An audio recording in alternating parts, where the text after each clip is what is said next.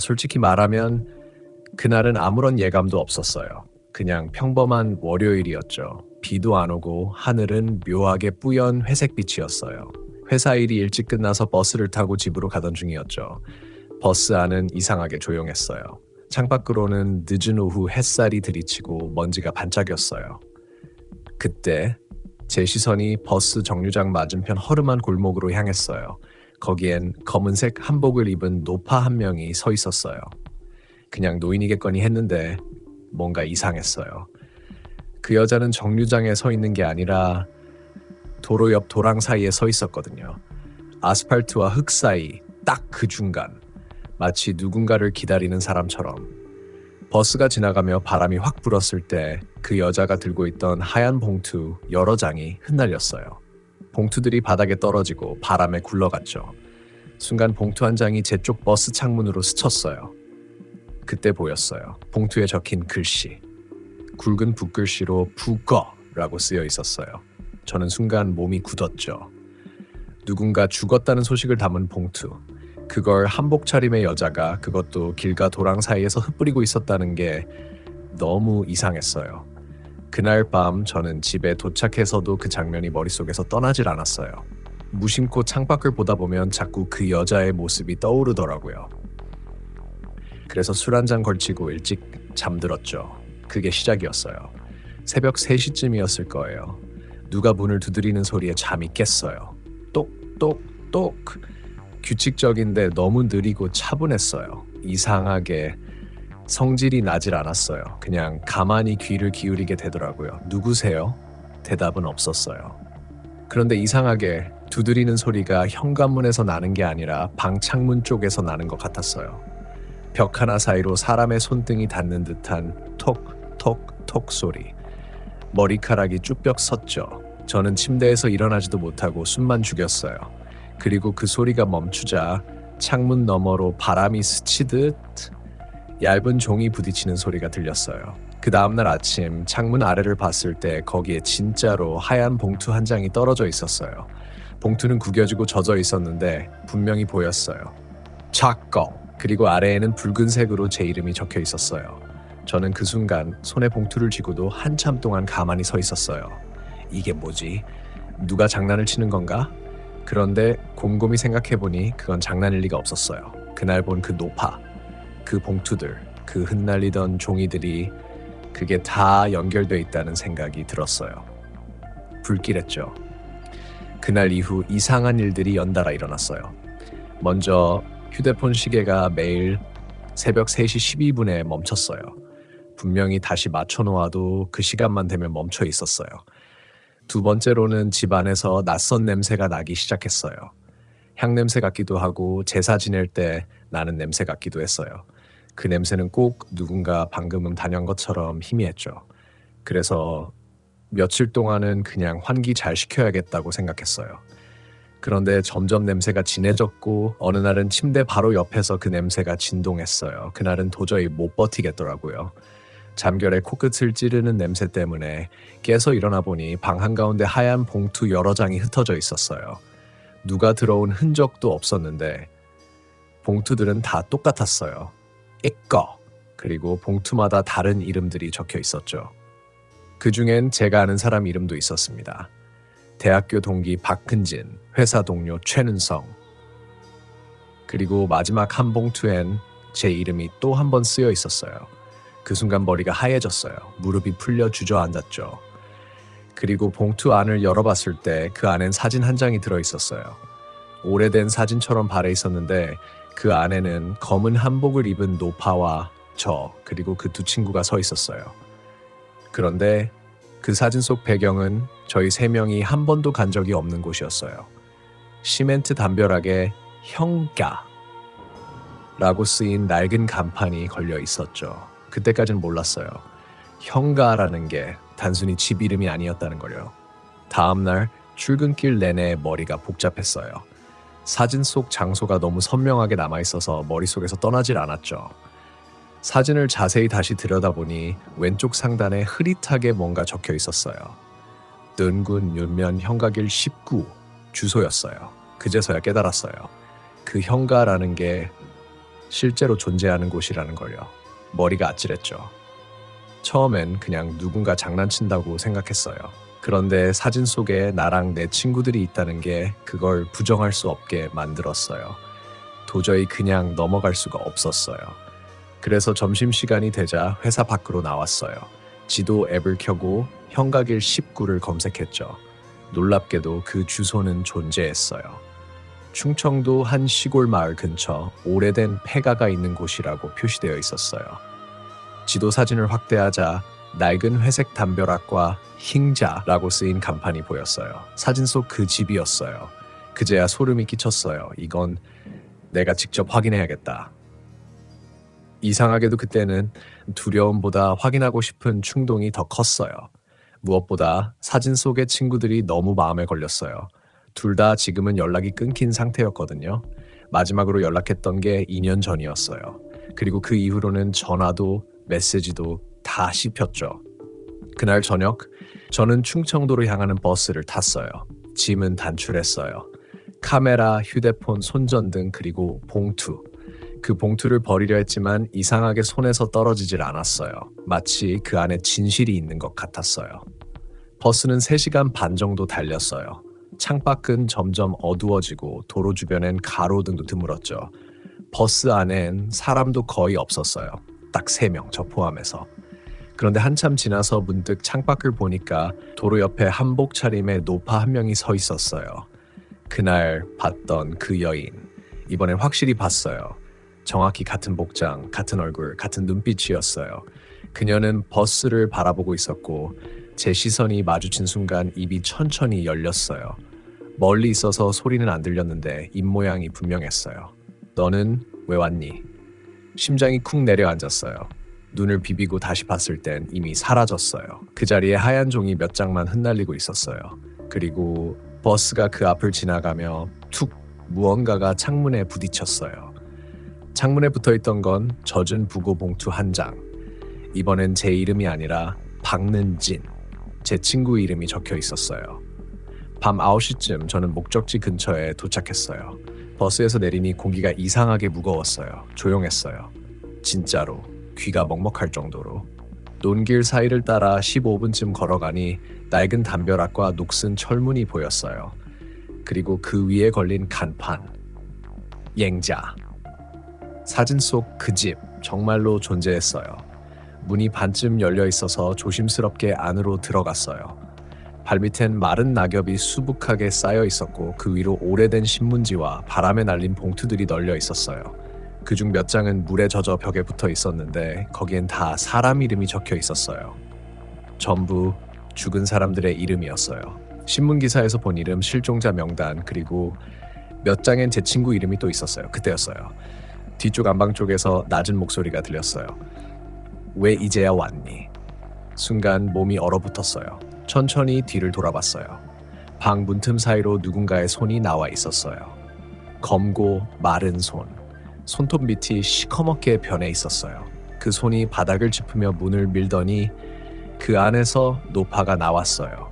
그녀는 천천히 제 쪽으로 다가오더니 손에 쥐고 있던 봉투 하나를 내밀었어요. 이제 내 순서야. 그 봉투엔 취꺼 그리고 오늘 날짜. 그 순간 귀에서 윙 하는 소리가 나며 머리가 멍해졌어요. 눈앞이 흔들리고 바닥이 갈라지는 것 같았어요. 노파는 계속 제 앞에 서 있었는데 그 얼굴이 점점 제 얼굴로 변하고 있었어요. 그녀가 웃었어요. 저를 닮은 얼굴로. 그리고 귓가에 속삭였어요. 형가의 죄는 네가 대신 갚아야지. 그 말이 끝나자 세상이 뒤틀리듯 흔들렸어요. 온몸이 차가워지고 눈앞이 깜깜해졌어요. 눈을 떴을 때는 낯선 천장이 보였어요. 그리고 창밖으로 온 아침 햇살이 들어오고 있었죠. 저는 병원 침대에 누워 있었어요. 간호사가 다가와 물었어요. 괜찮으세요? 경찰에서 연락받고 왔어요. 밤중에 폐가 근처에서 쓰러져 계셨대요. 저는 아무 말도 할 수 없었어요.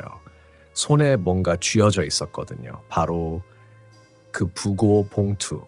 그 안에는 내 이름 그리고 현가길 19라는 주소가 적혀 있었어요.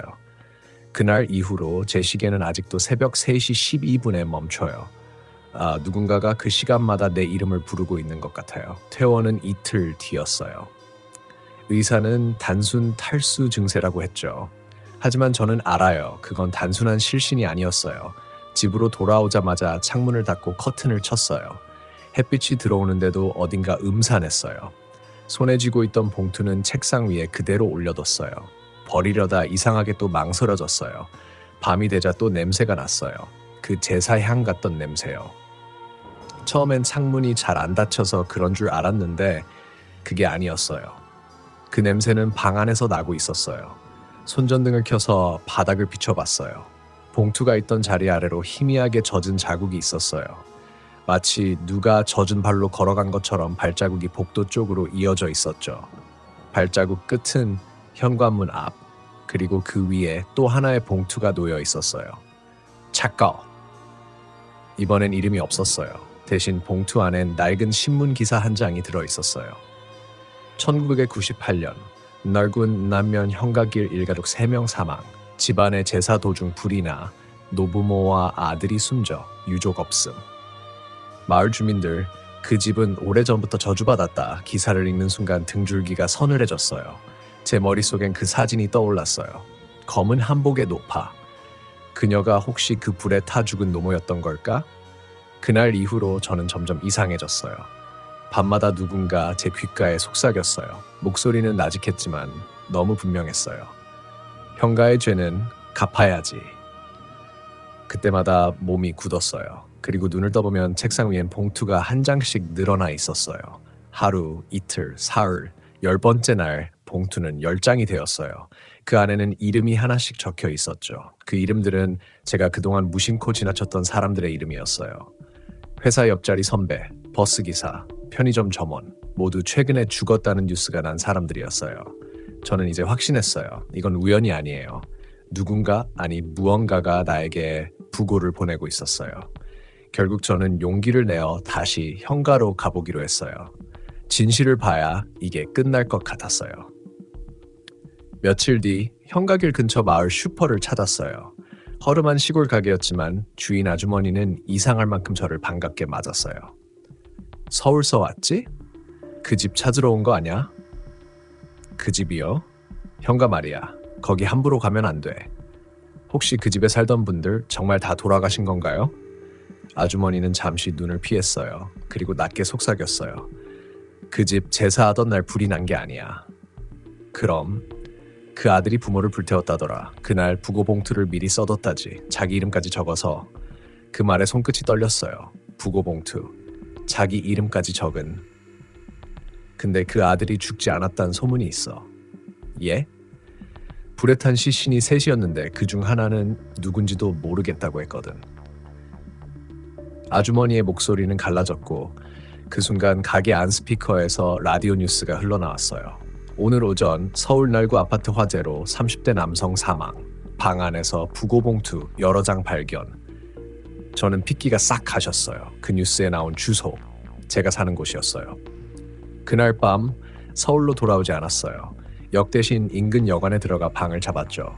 손에 쥔 봉투 더미를 내려놓으려는데 그중 하나가 스르르 바닥으로 떨어졌어요.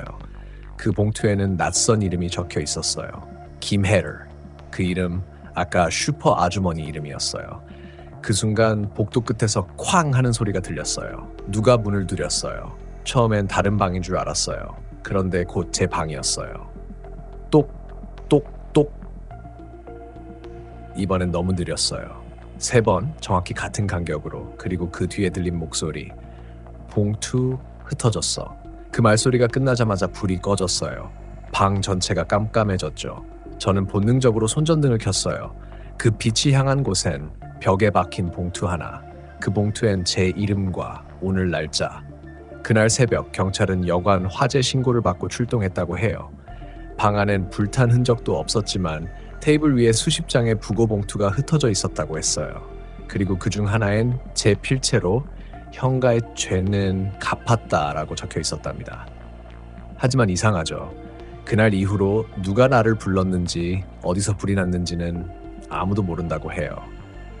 지금도 가끔 생각해요. 그 노파가 마지막에 했던 말, 형가의 죄는 네가 대신 갚아야지.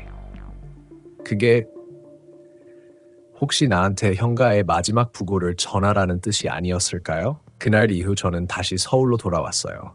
하지만 그곳은 더 이상 제 집이 아니었어요. 현관문을 열었을 때부터 알았어요. 냄새가 달랐거든요. 그 기묘한 향 냄새, 제사상에서 나는 그 묵은 냄새가 다시 방 안을 채우고 있었어요. 집안은 멀쩡했어요. 누가 들어온 흔적도 불탄 흔적도 없었어요. 그런데 이상하게 모든 봉투가 다시 제 방 책상 위에 정돈되어 있었어요. 정리된 각도까지 똑같았어요. 마치 누군가 제 손버릇을 흉내낸 것처럼 손이 떨렸어요. 그때 책상 위 휴대폰이 스스로 켜졌어요. 알림도 없었는데 화면이 켜지고 사진 앱이 열렸어요. 그 안에는 현가라고 적힌 폴더가 새로 생겨 있었어요. 그 안을 열자 봉투 속 인물들의 얼굴이 차례로 정면을 보고 웃고 있었어요. 모두 이미 죽은 사람들이었어요. 그리고 맨 마지막 사진, 그건 제 얼굴이었어요. 그런데 눈이 검게 타들어가 있었어요. 그날 밤 저는 도망치듯 밖으로 뛰쳐나왔어요. 길 밖으로 나오니 바람이 이상하게 불더군요. 사람들이 많았지만 그들의 얼굴이 다 희미하게 번져 보였어요. 마치 꿈속 같았어요. 그때 누군가 제 어깨를 툭 쳤어요. 뒤돌아봤어요. 낯선 남자였어요. 혹시 현가에서 오신 분이죠? 뭐라고요? 봉투 주워 가셔야죠. 그의 손엔 하얀 봉투 한 장이 들려 있었어요. 그 순간 머릿속이 아득해졌어요. 남자의 얼굴이 점점 노파의 얼굴로 바뀌었어요. 그리고 귀를 스치는 속삭임.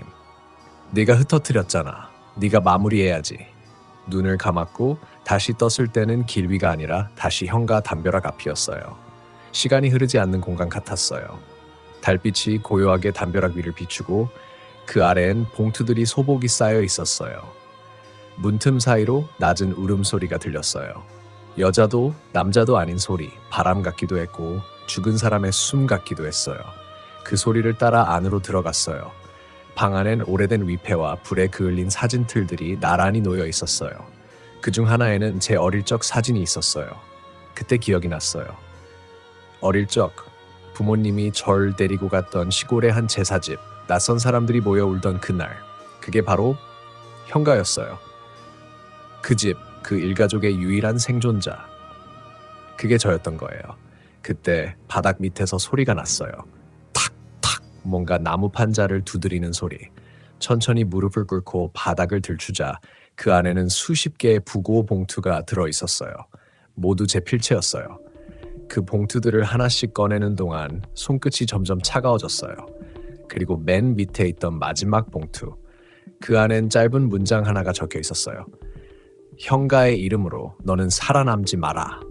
그 문장을 보는 순간 머릿속에서 뭔가 딸깍하고 끊어졌어요. 손끝에서 피가 떨어졌어요. 그리고 그 피가 봉투 위에 떨어지자 봉투들이 스스로 타오르기 시작했어요. 불길은 순식간에 번졌고 방 안의 위패들이 하나씩 쓰러졌어요. 그때 들렸어요. 돌려놔야지. 네가 빼앗았으니까. 그건 제 목소리였어요. 분명히 제 입에서 나온 소리. 하지만 제 의지가 아니었어요. 불길이 천장을 뒤덮기 직전 한 줄기 바람이 불었어요. 모든 봉투가 동시에 공중으로 흩날렸어요. 그리고 그 종이들이 불길 속에서 사람의 형체를 만들었어요. 그 안에서 노파가 웃고 있었어요. 이번엔 제 얼굴로. 이제 네가 해야지.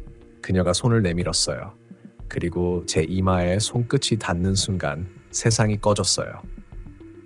눈을 떴을 때 저는 낯선 도심의 골목에 서 있었어요. 새벽이었어요. 제 손엔 봉투 한 장이 쥐어져 있었고 그 위엔 붓글씨로 이름이 적혀 있었어요. 김헬. 그리고 그 밑엔 현가의 부고라고 쓰여 있었어요. 그 순간 깨달았어요. 저는 이제 받는 사람이 아니라 전하는 사람이 되어 있었어요. 지금도 새벽이면 문득 제 손끝이 떨려요. 누군가의 이름을 떠올리면 그 이름이 저절로 종이에 적히죠. 그리고 그걸 봉투에 담으면 다음 날 그 사람의 부고가 뉴스에 뜹니다.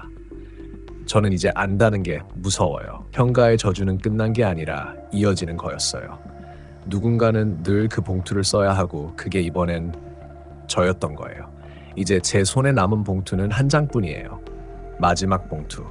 그 안엔 이름이 비어있죠. 붓을 들었을 때마다 제 손이 스스로 움직이려 해요. 그리고 방금 전 현관문에서 소리가 났어요. 똑똑똑. 누군가 봉투를 받으러 온 것 같아요.